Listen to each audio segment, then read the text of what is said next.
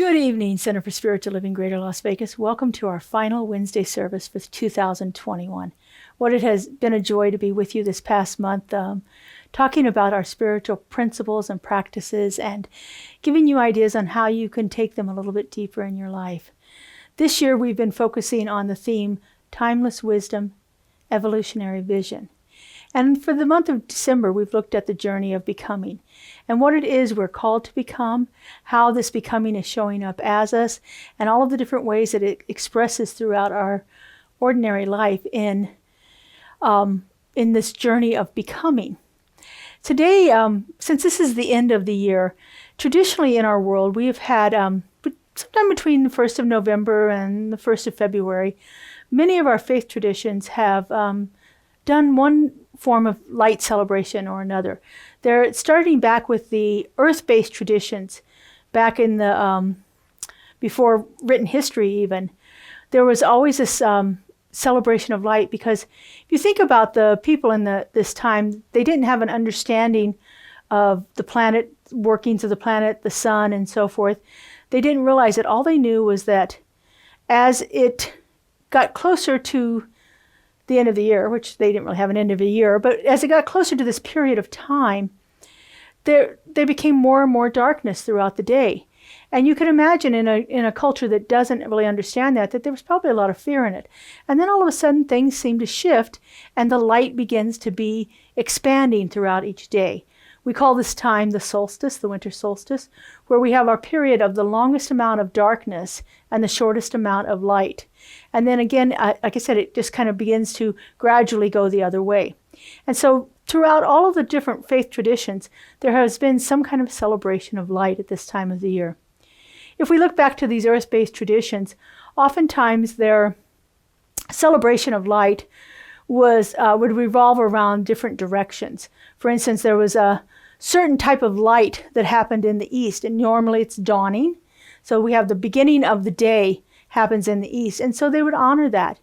And then in the south, it was usually the sun was up higher, and it was more like noontime. And then in the west, we start to have that sun going down, and it's gradually becoming darker and darker. We have the evening time. And then in the north, as we face the north time, then that's the evening, or the dark, the nighttime, where everything is completely dark. And so we go through this cycle. Now, different traditions have imposed different symbolism with each one of these directions. As I said, we have the time of the day, the morning, the dawn, the noon, the evening, the night. And then we also have the seasonal time of the year. Oftentimes, east is associated with springtime, with planting new things, the birth of new animals and new children. It's often associated with the infant. And then we have the south, which is the time of growth, that period where things are warmer and things begin to grow, the plants and the crops and so forth. So it's our summer season, the time of growth. So we have planting, growth, and then what follows that, of course, is the harvest in the fall. And this is the time of the often traditionally called the maiden, the mature adult within us.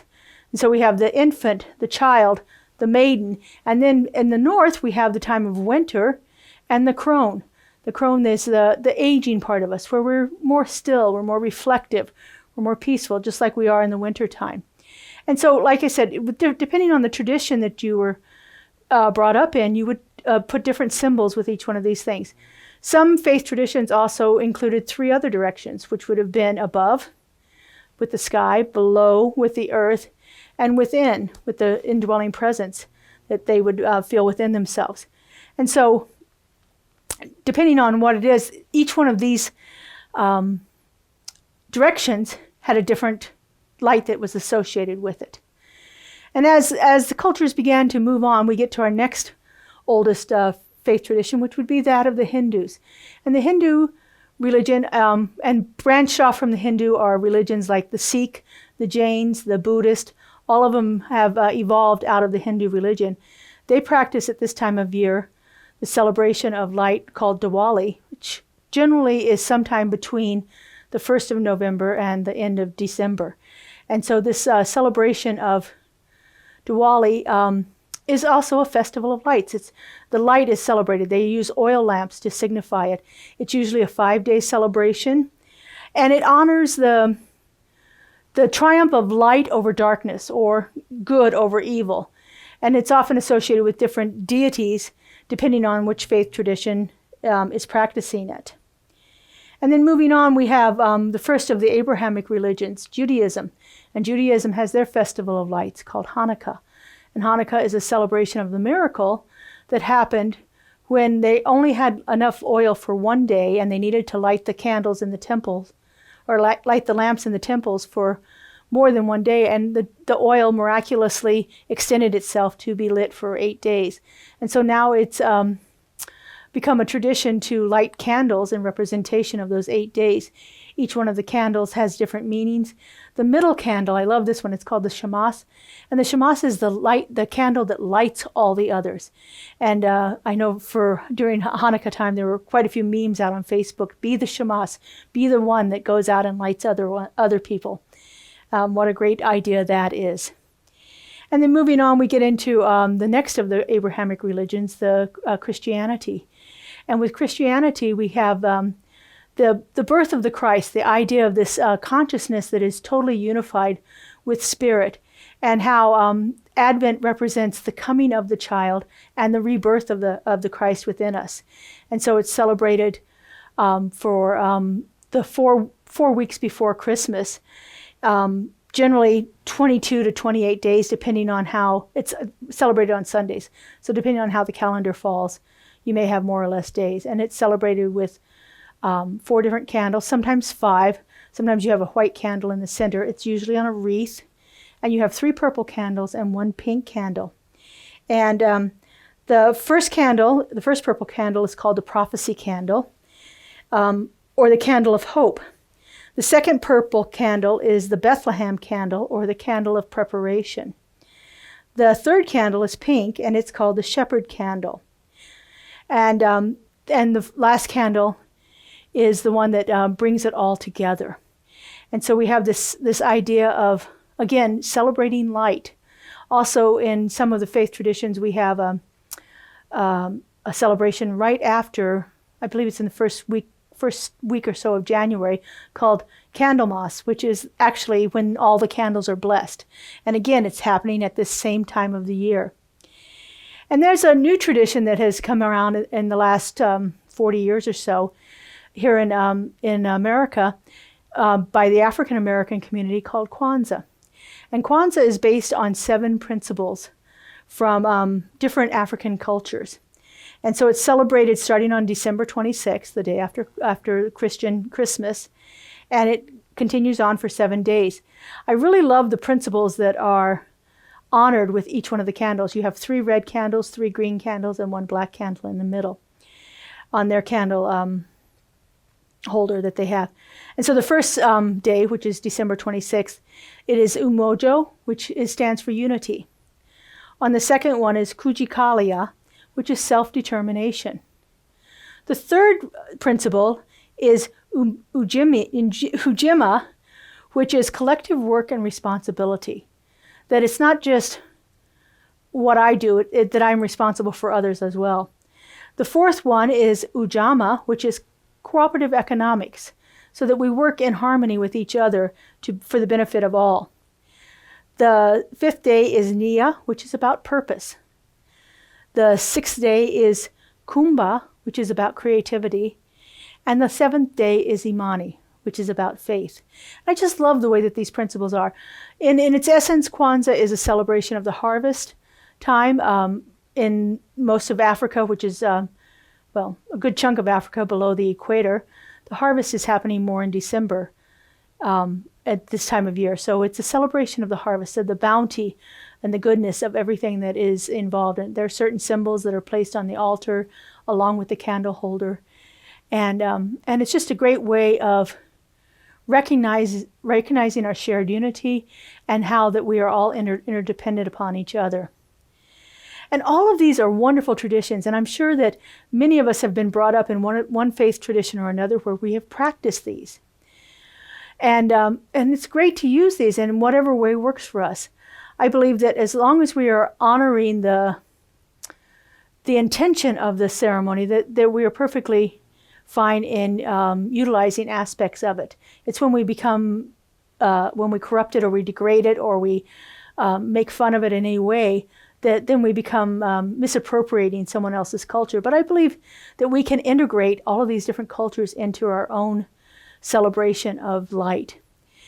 And that's what I have found has been the most beneficial in my life. I was brought up in a Protestant family, practiced Christianity, did the Advent and so forth. But it wasn't a big part of our lives. And what I've found after I've come to Science of Mind and here at Centers for Spiritual Living is that I've learned the value of creating my own ritual, creating my own way of celebrating, that is actually becomes a rich and meaningful experience in my life. And so I incorporate different aspects of each one of these traditions into my rituals that I create. Or I incorporate from different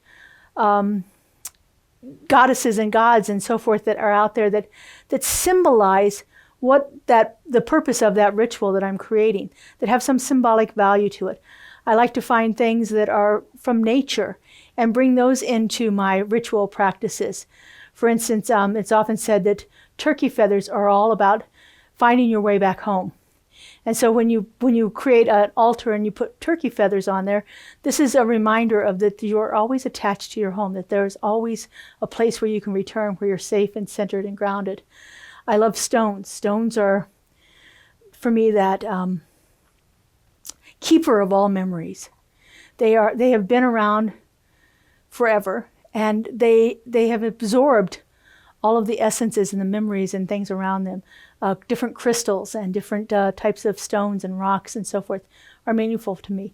I love bringing in elements from the water or the earth, like plants and animals and shells and pieces of wood and things like that, to begin to find those things that are meaningful to me. I know I have a friend that sees feathers, and whenever she sees a feather, she picks it up because it's always got some kind of a message for her. And so her altar is covered with lots of little feathers on it because they mean something to her. I like the different representations of the gods and goddesses that we have practiced. Some of them I like just because they make me happy. I have a good collection of fat Buddhas. I think fat Buddhas are so joyful. I just cannot look at them and not smile. And so all of my altars almost always have a fat Buddha on them. I have many different goddess representations in different type of stonework that are meaningful to me, that they trigger something within me that allows me to remember some spiritual truth or some spiritual principle. And always my altars have some form of light, some form of a candle, something that is going to be a way for me to intentionally practice whatever it is my altar is representing there. For me, that act of lighting the candle is an intentional statement of my purpose in this endeavor here. So I think that there are ways that we can begin to create our own altars and create our own rituals that will actually uplift our lives. I think rituals are wonderful to use when we're transitioning from one aspect of life to another aspect of life. I recently left one job and took a month off. And during that time I was away, I did several different kinds of rituals that allowed me to reflect on what was and to open myself up for what was becoming. And so it's a great experience to use ritual in a way that makes a tangible impression on us about something that is intangible. Our principles and so forth are often intangible. They're not something that we can actually touch and feel. But when we attach some kind of symbolic meaning to it, then it's a way where it becomes a little more realistic and a little more alive within us. And so I think there's just a wonderful richness that is available to us when we begin to create our own type of celebrations, our own way of recognizing light, our own way of symbolically representing the things that are important to us. And so I encourage you to do that. Find a way to create your own altar. Find a way to create your own ritual. I know in the past we've done workshops on how to do this, and that may be something that we bring back again. It's a great way to, as I said, intentionally begin something new, intentionally release something old. And to do that with purpose and intention really brings it alive within you. So find an opportunity to do that. You've got a plethora of information available to you on the internet. Look up things, ask questions. There are wonderful books out there. There are resources on creating altars. So, find a way to bring ritual, bring celebration into your life a little bit more often. Okay, so let's just take this into prayer. These ideas of celebration, this idea of light, this idea of embodying spiritual truth. So I just invite you to turn within. That in itself is a ritual of consciously quieting our minds, moving our awareness into our bodies, allows us to tap into the present moment, into the perfect now. Because right here and right now is that perfect moment. For the fullness and the allness of the divine resides right here, right now. It is in this moment. It is in each one of us. It is the very air that surrounds us. It is the breath that is moving through us. It is the perfection and the wholeness of the entire universe. It is celebrated in infinite and amazing ways.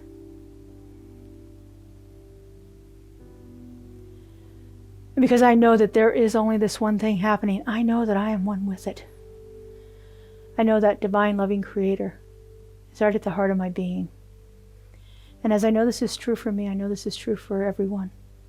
That each one of us is that perfect emanation of the one. Created in harmony and love. Instilled with wisdom and clarity and joy. And so I speak my word for each one of us. I know that there is a divine essence within us that is calling forth from within to allow itself to express through us. It celebrates the light that we are. It celebrates the light that is emerging from within us. It is a celebration of peace and truth and harmony. It is the unfoldment of principle within our very being. This is the truth of who we are. This is what we've come here to be. This is what we are able to experience as our birthright. And I'm so grateful to know this. I'm so grateful to see it in action. I'm so grateful to feel this presence through each one of the ritual experiences I participate in. And so I just release this word into the law, into that creative mind that knows no limitations, has no boundaries. I let it be and I let it go.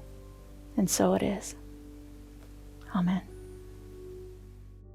Here at Center for Spiritual Living Greater Las Vegas, we are a mission and vision-driven community. We offer transformative educational opportunities, deep and meaningful moments of connection, uplifting Wednesday and Sunday services. We greatly appreciate your contributions that support the amazing work we're doing here in Southern Nevada. We have several easy ways you can contribute. We have text to give. Simply text the amount of your donation to our text to give number, and you'll be prompted to enter your information.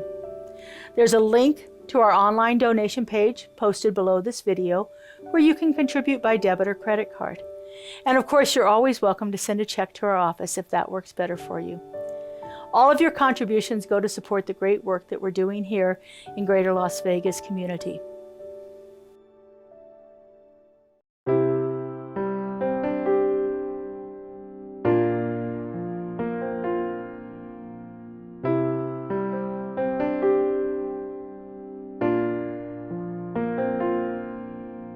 Come and celebrate a new day. Celebrate the beauty of the earth. Come and look at life in a new way.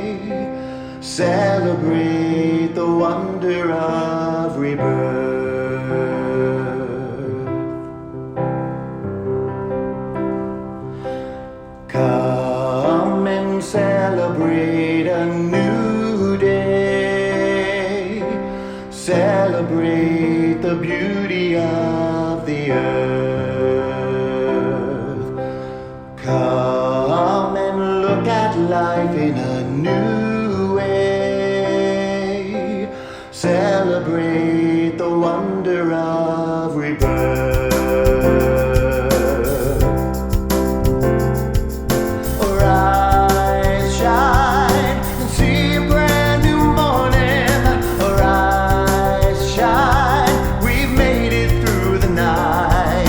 Arise, shine, it's a brand new day that's dawning. Come celebrate the light.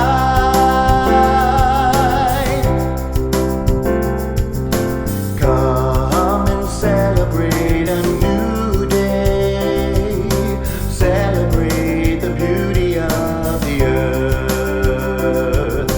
Come and look at life in a new way. Celebrate the wonder of rebirth.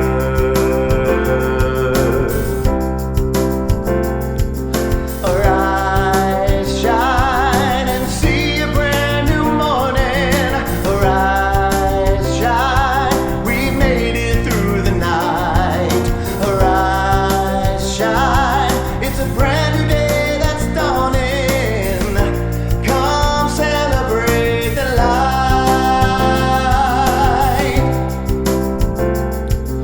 Arise, shine, and see a brand new morning. Arise, shine, we've made it through the night. Arise, shine, it's a brand new day that's dawning. Come celebrate the light. Come celebrate the light. Come and celebrate the light.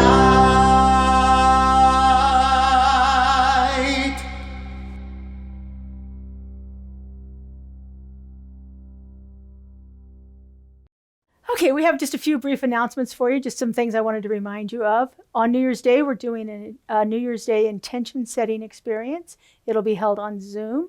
It's an opportunity for us to reflect back on 2021, release the stuff that needs to be released, and set our intentions for the new year. I know it'll be an amazing experience for everyone, so I hope you consider joining us on that. Our first Sunday service will be on January 2nd. We have a new theme for this year. It is Living Everyday Wonder, and we'll be exploring that as our topic for the month in January also. We also have a great book that's coming out as our book of the month, What is in the Way is the Way, which is a mindfulness practice about looking at the things that are what we would consider troublesome in our lives and finding a way through them. And so we'll be doing a book study on that, as well as using that as part of the talks for the month. And then we have some upcoming classes that have just been released, so make sure you check out the newsletter. If you didn't get the newsletter, go to our website, sign up for that, and we'll make sure that you get a copy of it. Thank you all for being here with us. I look forward to seeing you on January 5th here at Wednesday night again, and hopefully I'll see you on January 2nd at our Sunday service. Have a great week, everyone. Thank you.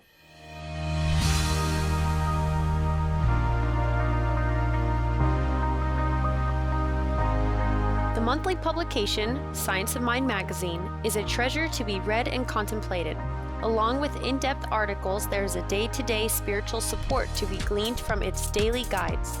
Licensed practitioner Lynn Frankenberger hosts Adventures in Faith every Tuesday at 11 a.m. on Zoom, and you're invited to join in. This is a weekly group discussion that focuses on those daily guides and how to apply them. Check Facebook and our weekly newsletter for more details. A vision board is not just a collection of wishes, it's a glimpse into the future that you envision for yourself and your life.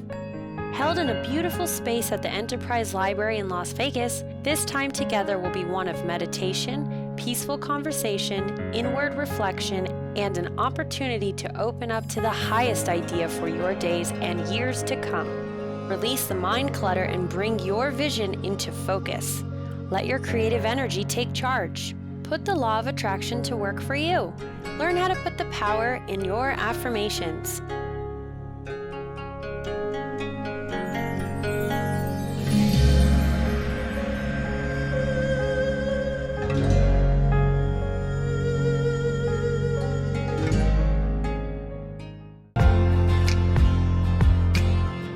Next weekend marks the first Sunday of 2022 with our new monthly theme, Living Everyday Wonder. Spiritual living means applying spiritual tools and principles to every area of our lives on a regular and consistent basis, a daily basis. When we do so, life flows easier, choices are clearer, and what seems to be miracles are everyday occurrences. Let's all kick off the new year spiritually connected together as Reverend Laura helps us realize that there is wonder in every day, just waiting for us to live it. At CSL Greater Las Vegas, it is our mission to inspire spiritual discovery through community connection, exploration, and celebration. This mission supports the all-inclusive vision of Centers for Spiritual Living worldwide, in which we envision a world that works for everyone and all of creation.